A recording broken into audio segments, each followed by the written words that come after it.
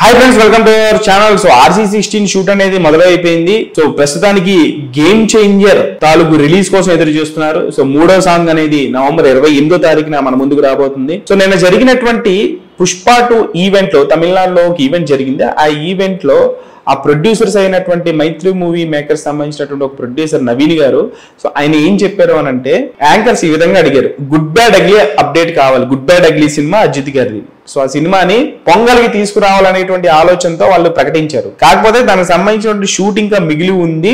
అతి త్వరలోనే కొత్త అనౌన్స్మెంట్ డేట్ ఒకటి నేను మీకు ప్రకటిస్తాను అని చెప్పేసి అన్నారు.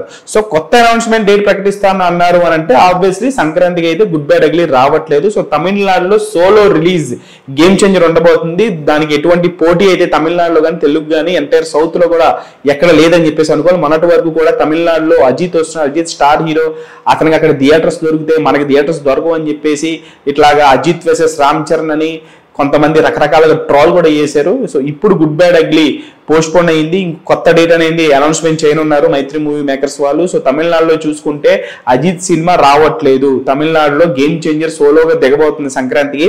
సో ఖచ్చితంగా గుడ్ నంబర్సే ఎక్స్పెక్ట్ చేస్తున్నారు. ఎందుకంటే శంకర్ గారి కంబ్యాక్ కోసం తెలుగు ఫ్యాన్స్ అందరూ కూడా చాలా ఆతృతగా ఎదురు చూస్తున్నారు. అలాగే తమిళనాడులో కూడా శంకర్ గారు ఒక బిగ్ డైరెక్టర్, అలాగే రామ్ చరణ్ గారు ఒక మగధీర, రంగస్థలం లాంటి RRR లాంటి సినిమాలతో ఒక మంచి ఇమేజ్ ఏర్పరచుకున్నారు. కాబట్టి ఆబ్వియస్లీ సంక్రాంతికి వచ్చేటువంటి game changer cinema not only Telugu, తమిళనాడులో కూడా next level box office number ని నమోదు చేయబోతుంది సంక్రాంతి సందర్భంగా.